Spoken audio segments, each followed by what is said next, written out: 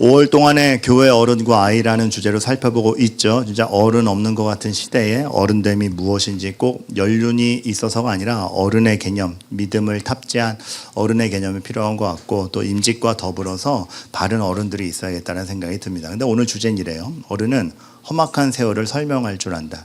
그러니까 우리가 험악한 일을 겪으면 험악이 남아요. 그런데 이 험악한 것을 통해서 내가 무엇을 생각하고 있고 이 험악이 왜 나에게 주어졌는지 이렇게 설명할 줄 알아야 됩니다. 근데 보통 험악한 일이 닥치면 투정을 부리거나 힘들어하거나 힘들죠. 근데 탓하거나 원망으로 끝이 나는데 우리가 그 험악한 세월을 좀 설명할 줄 알아야 됩니다. 오늘 야곱이 험악한 세월을 살았나이다. 거기에서 딴 말인데 이게 무슨 뜻인지 우리가 이 시간 한번 살펴보도록 할게요. 배경은 이렇죠. 야곱은 요셉이 죽은 줄 알고 살았습니다. 형들이 요셉을 팔아먹었으니까. 근데 그 요셉이 이집트로 팔려가서 우여곡절 끝에 이집트의 총리가 돼요.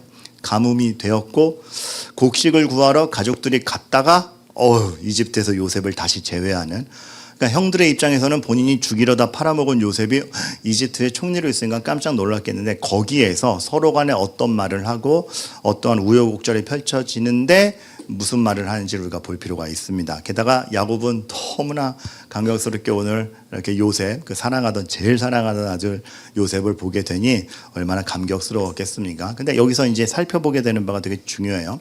왜냐하면 여러분 그 창세기 같은 걸 읽으면 그냥 스토리잖아요. 오늘도 보면 이렇게 하나님이 누구신지 하나님이 무엇인지 안 나와요. 그리고 믿음의 개념이 뭔지 신앙의 개념이 뭔지 안 나오고 그냥 가족들이 제외하고 야 이제 이거 이사 왔는데 어디 살아야 되냐 이거 논의하는 정도. 그리고 이집트 왕을 아련했다. 그래서 왕이랑 한 대화 정도가 남아있다 보니까 무슨 교훈일까 싶죠. 그런데 바울이 로마서를 기록할 때 보면 바울이 그 로마서의 정밀한 신앙에 대한 개념과 신앙의 내용과 그 신앙의 논리성을 쫙 논문처럼 정리할 때 그 예시 자료가 다 뭡니까? 창세기고 아브라함이고 구약의 사건들입니다. 구약의 사건이 그냥 지나간 게 아니고 그 사건들 속에서 믿음을 설명할 수 있는 것들, 또 하나님이 우리에게 믿음을 알려주기 위해서 넣어놓은 사실들이 있다라는 거죠. 그래서 그 교리적인 단어가 없지만 이 안에서 우리가 찾을 수 있는 하나님과 신앙에 대한 요건들이 굉장히 많은 겁니다. 그러니까 여러분도 오늘도 기대가 되세요? 그래서 첫 번째, 여러분 이거 중요해요. 이게 아무것도 아닌 것 같고 별 차이 없는 것 같은데 야곱은 험악한 세월을 보냈다라고 이야기하지 평안한 세월을 못 보냈다라고 이야기하지 않는다라는 겁니다. 그게 그거 아니야 싶습니다. 여러분 다시 한번 야곱은 본인의 그 우여곡절 도망자의 인생, 형 도망 다니고 집 나갔고 막 삼촌에게 속고 원치 않던 결혼도 하고 이런 가운데 12아들을 낳았는데 거기서 가장 사랑하는 자식 죽은 줄 알고 살아가고 가뭄이 들어서 또 막내까지 빼앗길 뻔하다가 이집트로 왔는데 아들이 살아있고 말도 못하는 인생을 살아요. 그런데 야곱은 그 인생을 험악한 인생을 보냈다라고 얘기하지 평안한 세월을 못 보냈다라고 얘기하지 않는다라는 겁니다. 여러분 이거 달라요. 이거 달라요. 험악한 세월을 내가 보냈다. 평안한 세월이 부럽다라는 게 아니라 험악한 세월을 보냈고 평안하지 못했으나 험악함이 나를 망치지 않았고 의미 없지 않았다를 얘기하는 겁니다. 다릅니다. 오늘 이제 바로를 만났을 때 야곱이 바로에게 물어요. 너 몇 살이냐? 그러니까 130년 살았습니다. 근데 벌써 겸손이 나오죠. 적지 않은 나이에요. 근데 내 나이가 얼마 못 되니? 라고 얘기하는 건 인간이 130년을 경험해도 인생을 다 알지 못하더라라는 겸손이 있는 거고 나그네길 세월이라고 얘기를 합니다. 그러니까 내 고향은 하늘나라다가 깔려 있는 거죠. 이렇게 신세한탄하지 않는 겁니다. 제가 고향이 저기 가나안 땅인데 겨우 뿌리 내렸는데 가뭄이 들어가지고 튀어나왔어요. 아들도 죽은 줄 알고 살았다가 그래도 아들은 찾았네요. 아이고 그냥 인생이 험악하고 고향에 돌아가고 싶지만 이제 여기 살아야지 어쩌겠습니까? 이러지 않았다라는 겁니다. 그러니까 너무 이게 애드립이 과했다라는 생각이 들지만 그런 집착이 없을 수 있던 것은 하나님이 나를 정말로 키워가실 하나님 나라가 있고 여기서는 나그네 길이다라는 그것. 그러다 보니 이렇게 얘기해요. 우리 조상의 나그네 길, 그 연수에 내가 미치지는 못하지만 험악한 세월을 보내었나이다 하고, 자, 제가 다시 말씀드립니다. 그 여정이 험악했어요. 이걸 탄식하고 한을 내뿜는 게 아니라 그 시간들이 내 조상들보다 짧았음에도 굉장히 험악했는데, 자, 생략된 말입니다. 그 험악함이 의미 없지 않았고 그 험악함이 나를 만들었지, 그 험악함이 나를 망쳐놓지 않았다. 내가 지금 그것을 제국의 왕인 파라오 당신 앞에서 이야기한다, 그겁니다. 그러니까 예를 들어 드릴게요. 이 개념이 우리 일상으로 들어오면 어떤 거냐 하면, 저를 예를 들어 드릴게요. 이게 보편적인 예를 들거나 해야지 그냥 예를 들었는데 제 예가 아니고 다른 예면은 이제 오해할 수 있으니까. 그 속담도 있지 않습니까? 3살 오해 여든 간다. 그래서 오해는 없어야 돼요. 그래서 제 예를 들어 드리자면, 예를 들어 이거죠. 제가 한국에 있었습니다. 그 비자가 반려돼서 유학을 못 가고 한국에 있었습니다. 근데 야곱식으로 얘기하면 한국에 있었던 것이지 유학을 못 갔다로 표현하지 말자라는 겁니다. 못 간 건 사실인데 못 간 게 한이 돼서 못 가서 한국에 있었어가 아니라 하나님이 한국에서 저를 키우신 겁니다. 그래서 저는 한국에 있었던 것이고 한국에서 하나님이 맡기신 바를 기쁘게 충실하게 해온 것이지, 내 인생의 해석과 정체성이 유학을 못 간 결핍으로 언급되지 않는다라는 겁니다. 여러분, 이 차이 아시겠어요?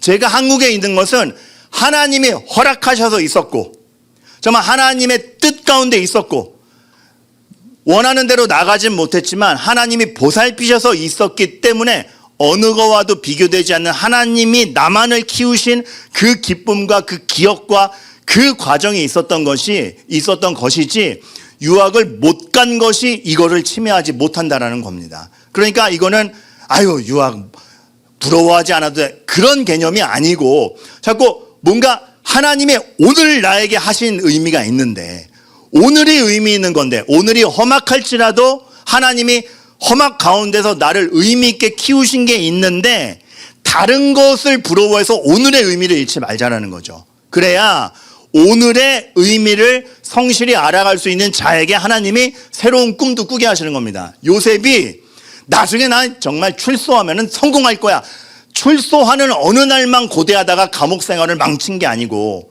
감옥에서도 성실하지 않았습니까? 감옥에서도 임마누엘의 형통, 그것이죠. 출소하지 못해서 의미 없는 인생이 아니라 거기에도 하나님이 있었고, 그것은 바꿀 수 없는 시간이고 의미 없는 시간이 아니었다. 그러니까 이런 말도 아닌 거예요. 박 목사 그 유학 못 갔지만 대신 더 좋은 것을 주시려고, 이 개념도 아닌 겁니다. 대신이 아니에요. 대신해서 뭘 줬다가 아니고 그냥 이거 자체로 기쁜 겁니다. 지금 주어진 당면한 여러 사정으로 변수도 있고 하려던 거 못하고 비극을 당하는 것도 우리의 인생이지만, 오늘 여기 이 자리에 하나님이 개입해 계시고 오늘 역사하시고, 그래서 저는 이런 생각이 들어요. 하나님이 오늘도 전력을 다하고 계신데 왜 내가 생각한 결핍으로 표현을 하냐는 말이죠. 야곱이 정말 평안한 시절 다 날렸어요라고 하지 않고 험악한 시절을 보내었나이다. 근데 그 보낸 시간이 의미 없지 않았나이다. 하나님은 그 험악한 중에서도 전력을 다하셨고 약속을 파기하신 일이 없으며 나를 돌보셨나이다 이지, 그 시절이 그냥 아들이랑 편하게 지낼 수도 있는 시간인데 다 날아갔어요. 결핍으로 표현하지 않았다는 거. 여러분, 다시 말씀드립니다. 험악한 시간을 보내었나이다라고 하지 평안한 시간을 다 놓쳤습니다라고 하지 않은 게 야곱의 표현이라는 걸 우리가 알아야 됩니다. 이건 너무 중요해요. 그러니까 교회로 좀 예를 들게요. 우리가 임대로 있습니다. 그렇죠? 임대로 있습니다. 그러니까 이제 오해하시는 분이 있어요. 제가 이 건물 임대인 대표기도 하고, 그래서 관리에도 힘세기도 하고, 새벽에 제가 제일 먼저 출근하고 밤에도 제가 이 건물에서 제일 늦게 나가니까 동네 애들이 이제 제가 건물주로 알아요. 근데 아니에요. 임대인이에요. 임차인이에요. 임차인. 네. 우리가 임대해서 있죠. 이 자리를 임대해서 있는데, 임대해서 있게 하신 거예요, 하나님이. 자가 건물이 없다가 우리 정체성이 아니라 임대로 있게 하신 거예요. 거기서 오는 피곤함, 거기서 견뎌야 될 거, 감당해야 될 거 많아요. 자가 건물이 있는 것만큼 편하지 않아요. 그럼에도 우리의 정체성은 임대로 있게 하시는 이 과정 중에 하나님이 우리에게 보여주시고 겪게 하시고 키워내시고 생각하게 하시는 것이 있는 것이지 자가 건물도 없는 결핍된 교회는 아니라는 겁니다. 지금 이 시간에 우리에게 맡기신 일을 할 수 있어야 행여 나중에 자가 건물이 생겨도 오만하지 않은 교회가 될 수 있는 거죠. 그러니까 꿈이 자가 건물이 아니고 교회다움이어야 된다는 거. 그리고 하나님이 오늘 전력을 다하고 계신다. 우리가 자꾸 그거를 못 보고 자꾸 결정권자가 내가 돼요. 사실 이게 자가 건물이 없다라는 생각을 하는 순간 자가 건물을 갖고 싶은 내 욕구 때문에 그런 거 아닙니까? 하나님이 전력을 다하시는 오늘을 생각하지 않고 내가 갖고 싶은 그 무엇 때문에 결핍이 생기는 거 아닙니까? 결국 인생의 결정권자가 나가 되는 겁니다. 그런데 야곱도 요셉도 이렇게 얘기하지 않죠. 요셉 같은 경우에 젊은 시절 다 날렸잖아요. 10대 후반부터 20대 다 날리죠. 감옥에서 나올 때가 20대 시절 싹 다 날리고 30살 때 나옵니다. 근데 요셉이 젊은 시절을 날렸다라고 표현하지 않습니다. 하나님이 악을 선으로 바꾸신다라는 기간이었다라고 얘기를 하지. 야곱이 내가 가장 사랑하는 아들이 가장 멋있을 시절을 다 날려먹었다. 추억이 없다가 아니고 다시 만나게 하신 하나님, 그 기간 동안에 집착을 버리고 진짜 하나님을 볼 수 있는 본인의 성장, 험악한 시절을 보냈지 추억이 날아갔다라고 얘기하지 않은 겁니다. 보낸 것이지 날아간 게 아닙니다. 좋은 시절 다 갔다가 아니고 험악한 세월을 내 보냈다. 여러분 이게 되게 다르죠. 좋은 시절 다 갔다가 아니고 험악한 시절을 내가 통과했다. 주님과 함께 곡식이 없어서 절절매며 왔다가 아니라 하나님의 섭리 가운데 여기에 와서 죽은 줄 알았던 아들도 만나고 이것을 보니 하나님이 내 삶을 주도하신다. 그거 알아가는 거죠. 근데 가만 보면 우리가 좋은 시절에 대한 결정권자가 나요. 아우 그 시절은 좋았는데 이렇게 돼야 좋은 거 아니야? 좋은 시절이라는 걸 내가 결정해놓고 나니까 그게 안 되면 다 나쁜 시절이 되는 거예요. 그러나 야곱에게 있어서는, 요셉에게 있어서는, 특히나 오늘 이 말씀에 나오는 야곱에게 있어서는 내가 정한 좋은 시절이 아니라 하나님이 함께 하신 험악한 세월 자체가 나에게 의미가 있다는 거죠. 좋은 시절을 기대하지 말자라는 그런 소극적 차원이 아니라 운명에 맡기자가 아니라 더 나은 것을 당연히 기대해야 되고 하나님이 이 어려움을 타개하실 것을 기대하지만 어려움을 겪는 순간이 불필요하거나 날아가는 시간은 아닌 걸 보여주실 수 있는 분이 하나님이다. 그래서 나는 지금 험악한 세월을 보내고 있다. 그럼 말씀하셔야 돼요. 이게 오늘 키포인트이기 때문에 다 들으셨죠? 띵동 소리 나는 거. 이게 지금 오늘 되게 중요한 문장이기 때문에 이게 참 섭리 가운데 배경음악도 삽입이 되는 거예요. 여러분, 근데 진짜 중요한 부분입니다. 그렇게 얘기하죠. 그 사람은 사실 궁극적인 것을 본인이 정한다라고. 사실 사람이 하늘을 염원하는 것 같아도 궁극적인 것을 본인이 정해요. 그러니까 사실 가장 중요한 건 자기가 설정해요. 하나님을 염원하지 않아. 예를 들어 야곱의 경우에 라헬이었죠. 라헬이 본인의 최고 가치였어요. 라헬과 함께하는 게 최고 가치였어요. 물론 그런 정도의 사랑을 해야 한 가정을 책임지죠. 하지만 이면에는 그 라헬에 대한 집착. 그러니까 라헬과 함께하기 위해서는 내가 7년도 다시 속아준다. 7년을 날려먹어도 괜찮을 만큼 라헬이 본인에게 있어 가장 큰 우상인 거예요. 그러니까 야곱은 늘 자기 집착과 자기가 우상으로 정해놓은 것이 있었던 것 같습니다. 장자권. 하나님을 열망해서 장자권도 열망했던 건 맞지만 정말 하나님을 열망했다라면 장자권이 없어도 주님 한 분만으로 만족해가 돼야 되는데 하나님 이름까지 오용하면서 장자권을 차지하는 순간 하나님보다 장자권이 위인 거죠.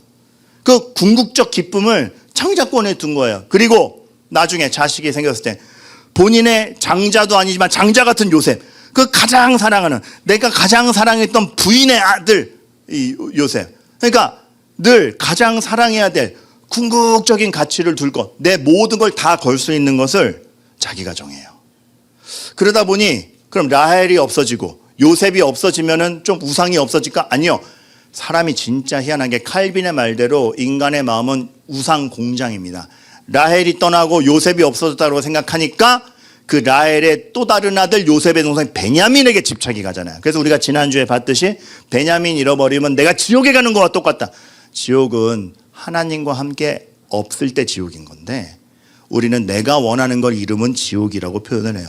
우리랑 똑같은 겁니다. 여기에서 이제 하나님이 그 야곱을 가르쳐 가시는 겁니다. 험악한 세월 동안에 네가 차지하는 것이 너에게 궁극적 기쁨도 아니고, 근데 네가 잃어버린 것이, 잃어버린 험악함이 네 인생을 끝장내는 험악도 아니고, 궁극적인 것은 하나님 나에게 있고 내 약속이 네 인생을 망하게 하지 않는다. 그러니까 그걸 비로소 한 야곱이 지난주에 그 고백을 하죠. 내가 자식을 잃게 되면 잃으리로다. 이거 방식만 달랐지 아브라함이 이삭 바칠 때 각오랑 똑같은 고백 아니겠습니까? 겪는 거예요. 그리고 하나님이 은혜를 베푸사가 나오는 거죠. 그러니까 여러분, 이게 있어요. 우리가 고난주간 때 살펴본 문장인데, 여러분이 이것 없이는 살 수 없다라고 얘기하는 그것이 바로 우상이라고 하는데, 여러분 어떤 게 그래요? 이거 없으면 안 돼. 그게 우상인데, 가만 보면 우리는 궁극적인 가치와 기쁨과 삶의 의미를 내가 정해요. 너무 죄송해요. 그게 하나님은 아니에요. 그게 하나님은 아니에요. 그러니까 팀 켈러가 이런 말을 하죠. 우리는 하나님을 믿는다 말하면서도 실제 안전은 통제력에서 찾아요. 그러니까 야곱은 통제력, 정적권이 나에게 있어야지, 재산이 나에게 있어야지, 아들이 내 손 안에 있어야지. 하나님을 믿는다고 하지만 결국 실제 안정과 만족은 자기 통제력에서 찾아요. 아까 예를 들어볼까요? 한국에 있었다. 불가항력적으로 가고 싶지만 못 가고 한국에 있었다. 그러나 하나님이 계시기 때문에 만족한다가 아니고 유학도 가고 내 맘대로 좀 가고 공부도 많이 해서 좀 경력이 쌓여야 내 삶이 안정되지. 통제권을 내가 가지려고 하는 거예요. 결국은 내가 가지려는 거예요. 하나님의 은혜를 기대기보다 통제력을 내가 가지려는 거예요. 임대로 있다. 자가 건물이 없다. 아니, 자가 건물이 있어서 통제력을 더 갖기 원하는 거 혹시 아닙니까? 안정감을, 사실 불안하잖아요. 항상 임대. 항상 조건을 봐야 되고 계약을 해야 되고 예산이 마련돼야 되고 이게 안전하지 않은 것 같아요. 그런데 자가 건물이 있으면 안전이 보장되나? 하나님 말씀하신 거죠. 교회의 진짜 안전이 할 수 있는 바를 최선을 다해서 정말 예배하러 오는 성도들의 예물로 이 교회가 서고 있는데 가장 안전한 토대를 마련할 필요는 당연히 있습니다. 그런데 진짜 안전은 하나님께 있다라는 걸 우리는 배우고 있는 거죠. 그것이 없이 우리가 통제권을 사실은 실제 안전은 다른 곳에서 찾고 있는 것이 아닌가. 그래서 그러한 야곱에게 자기의 꾀, 자기의 재산, 자기의 지식으로 자기 인생의 정체성과 안전을 확보하려고 했던 야곱에게 환도뼈 때리시고 자녀도 못 지키게 하신 다음에 울음 가운데 하나님이 이름을 지어주시는 게 너무 커요. 그러니까 자기가 세운 것으로 자기 정체성을 정하려던 야곱에게 하나님이 정체성을 주시는 거죠. 넌 이스라엘이다. 이거 얼마나 영광의 이름입니까? 너는 이스라엘이다.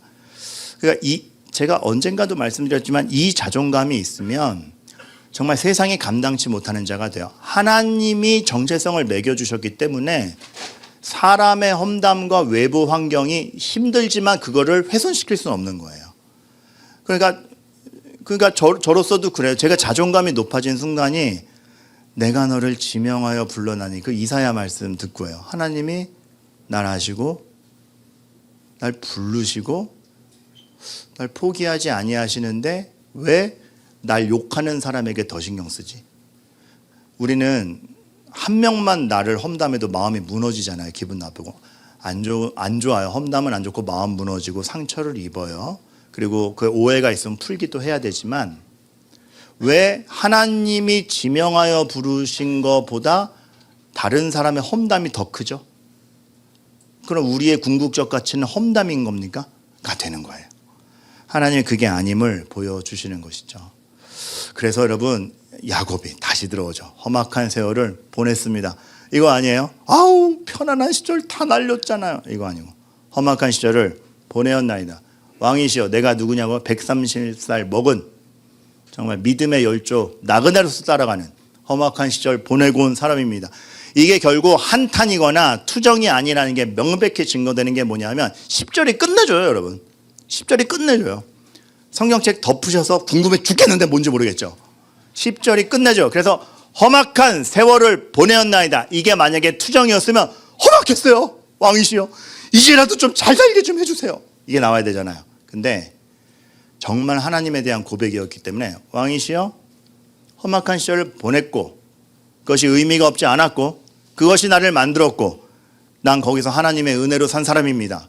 내가 당신을 축복합니다. 이게 나오잖아요. 끝내주지 않아요? 누가 누굴 축복해? 어디 살 데도 없어가지고 기근 때문에 피나노는 사람이 당시 최고의 강대국 이집트 왕 앞에 와서 당신을 축복한대. 근데 야곱의 확신과 자존감과 야곱에게서 나오는 그 의미가 이 땅의 왕이 넘보지 못할 거였던 겁니다. 다른데? 야, 얘한테 축복 받아야겠는데? 물론 이 축복이 지금 제가 축도하는 것처럼 위임받아 축복하는 것처럼 그런 기도는 아니었을 거예요. 그 당시 인사와 환대법이 있었고 그 당시 인사하면서 서로 간에 축복의 메시지를 주고받는 그 관례였을 수도 있어요. 하지만 어디 길 가던 나그네가 이집트의 왕 파라오에게 가서 동등한 입장에서 축복을 합니까? 근데 그 근거가 뭐예요? 하나님. 정말 야곱에게는 그게 하나님이었습니다. 여러분, 믿음 있는 어른이란 이거예요. 험악한 세월을 탓하거나 험악한 시절에 하나님이 없다거나 그래서 내가 정해놓은 좋은 시절을 부러워하면서 한탄하지 않고 험악한 세월을 설명할 줄 알아야 됩니다. 우리에게 왜 이런 시절이 있는지, 힘들지만 이 힘듦이 우리를 망하게 하지 않을 수 있는 이유, 힘들지만 힘듦보다 하나님의 약속을 더 봐야 되는, 험악한 세월을 설명할 줄 아는 어른이 우리 교회에 있길 바랄고 여러분의 인생이기를 바랍니다. 정말로. 그래서 이거는 긍정적으로 하자랑은 달라요. 하나님이 계시다이기 때문에 그렇습니다. 하나님이 계시다. 하나님이 일하고 계시다. 하나님이 함께 하신다. 하나님이 만들고 계시다. 그래서 제가 언제 새벽기도 때 그 말씀 드렸잖아요. 제가 좋아하는 말, 고난을 겪다가 아니고 고난이 일한다. 그러니까 우리는 빨리 지나가, 이것만 견디면은 돼 정도를 넘어서서 하나님은 정말 악을 선으로 바꾸시는 그 섭리 가운데 고난도 일하게 하셔서 우리를 완성하게 하세요. 그래서 험악한 시절이 헛되지 않도록. 이것 때문에 제가 옛날에 파리의 여인을 설명드린 거예요. 그때는 목사님 왜 또 박신양 얘기하고 있어 그랬는데, 그래서 파리의 여인 얘기를 한 거예요. 파리의 여인에서 주인공 박신양을, 이것도 너무 옛날 드라마인데 그거 있잖아요. 내가 네 남자다 왜 말을 못해, 그거 기억나시죠? 그래서 파리의 여인에서 박신양이 기업 후계자인데 박신양을 몰아내려고 극악무도하게 항상 꼼수를 쓰고 악행을 저지르는 라이벌이 최이사 때문에 누명 쓰고 엄청 시달려. 근데 결국은 나중에 최이사의 악행이 밝혀져서 퇴출당하죠. 그때 그 드라마 멋있는 장면이, 저는 박신양 씨가 김정은 씨에게 고백하는 것보다 최이사랑 나눈 대화가 저에게 있어서는 그 드라마의 진짜 핀포인트인데, 최이사에게 달려가서 뭐라 그러죠? 이제 악행이 다 까발려지고 쫓겨나는 최이사에게 박신양이 막 달려가서, 요즘 드라마에서는 넌 나한테 상대가 안 돼, 너의 악행에 처벌을 받으리라, 뭐 이렇게 끝나거든요. 박신양이 그 최이사라는 그 어른에 대해서 존경을 받고 꾸벅 인사하고 이렇게 얘기하잖아요. 최이사님, 이사님 때문에 많이 힘들었습니다. 하지만 이사님과 함께하는 시간 나쁘지 않았습니다. 아멘은 이럴 때 하는 거예요 라고 말하면 또 욕먹어요. 농담이고. 그 당신으로 힘들었으나 그게 나를 키웠다. 근데 하나님이 오늘 성경에서 보여주시는 그 이상이에요. 그래서 요셉의 자랑도 바로가 아닌 겁니다. 요셉이 이집트의 총리가 됐잖아요. 모든 고난 부여받고. 근데 여러분 성경을 읽어보면 요셉이 가족들 만나고 끝까지 내가 이제 바로랑 동급이야, 내 바로랑 아는 사이야, 바로를 자랑하지 않아요.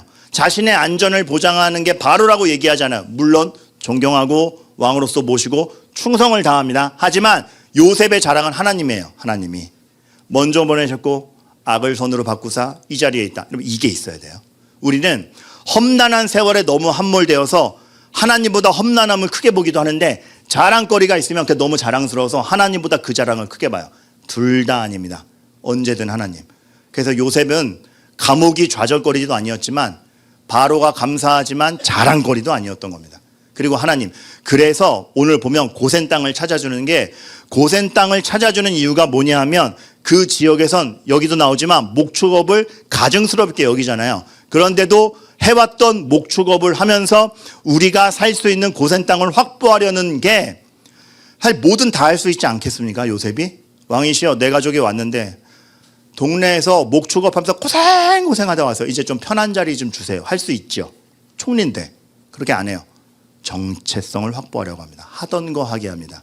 왜냐하면 자랑거리가 바로가 아니고 본인들을 안전하게 하는 게 이집트가 아니기 때문에 그렇습니다. 하나님의 약속과 정체성을 지켜가는 자로서 있으려고 하죠. 요새 뭐든 다 할 수 있었을 거예요. 근데 요구하는 게 우리의 정체성을 지킬 수 있는 환경, 딱 그거. 우리 어떻습니까? 우리는 바로를 자랑하고 바로에게 빌붙으려는 인생을 혹시 살지 않아요? 우리가 내 자신에게, 우리 자녀에게 혹은 교회 누군가에게 하나님을 믿는 사람의 정체성을 확보하기 위해 무슨 노력을 할까요? 근데 그거보다는 하나님의 이름으로 바로를 확보하려고 지금 아둥바둥하는 게 우리가 아닌가. 오해하지 말아요. 다니엘도 그렇고 요셉도 그렇고 현실에 충성을 다했어요. 그렇죠? 충실했고 충성을 다했어요. 그런데 정체성을 바꾸진 않았어요. 자기가 있는 사회를 바꿨지 본인이 그 사회에 길들여지지 않았어요. 이 균형성. 이거 참 어렵습니다. 그래서 미리 예고편 드리는데 다음 주까지가 어른과 아이 시리즈잖아요. 그럼 그 다음 달부터 뭘 할 것인가 6월부터. 그래서 기후학자가 되자 시리즈가 있습니다. 제가 지지난주 설교에 기상캐스터보다 기후학자가 되자라는 비유를 들었더니 마음에 두신 분이 많더라고요. 그거 하려고 그럽니다. 너무 기대되시죠? 그러니까 여러분 6월까지는 교회 나오세요. 그런 점에서 이 부분을 정말 세상에서 세상을 살아야 되는데 정체성을 확보하고 산다는 게 무엇인지 우리가 좀 알아보려고 그래요. 그래서 세 번째, 교회가 그래서 중요한 겁니다. 저는 우리 교회가 이제 임직을 하잖아요. 어른들이 많이 있기를 바랍니다. 그냥 임직해서 어른이다가 아니라 어른들이 많아서 그 어른들 가운데에서 먼저 대표하여 헌신할 수 있는 분이 임직을 하게 되는. 그러니까 정말 험악한 세월을 설명할 수 있는. 사실 이제 중고등부 아이들도 세례교회는 투표권이 있으니까 이 중고등부 아이들 설명하려고 만든 영상인데 만들어 놓고 보니까 우리한테도 너무 유익해요. 그래서 그림 막 마음에 안 들고 오류도 있지만 제가 임직에 대해 중고등부 아이들에게 보여주려고 그랬던 거 잠깐 영상 하나 3분짜리인데 보여드릴게요. 모세가 광야에 있을 때 곳곳에 1000부장, 100부장, 10부장이라는 재판관을 세웠어. 이것은 사람들을 엄하게 다스리겠다는 의미가 아니라 그 누구도 하나님의 손길에서 보호받고 하나님 다스림에서 바르게 커가기를 바라는 사랑의 마음 표현이야. 교회가 세워질 때도 마찬가지야. 성경에 보면 장로, 집사님들이 초대교회부터 세워지곤 했는데 이것도 계급을 만들자는 것이 아니라 하나님의 마음과 뜻을 성도들에게 전하고자 하는 하나님의 은혜의 손길이었어. 그래서 흔히 직분자라고 부르는 장로님과 집사님들은 하나님 사랑으로 성도들을 가르치고 구제가 필요한 곳에 도움을 주어 사람들이 소망을 포기하지 않게 만들었지.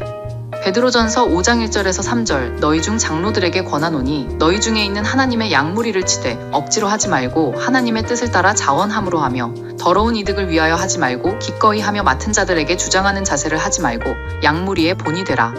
이 말씀처럼 베드로는 교회를 위해 양무리를 보호해 가듯 하나님의 백성을 온 마음 다해 돌보고 보호하는 것이 장로님의 역할이라고 하고 있고 디모데전서 5장 17절 잘 다스리는 장로들은 배나 존경할 자로 알되 말씀과 가르침에 수고하는 이들에게는 더욱 그리할 것이니라.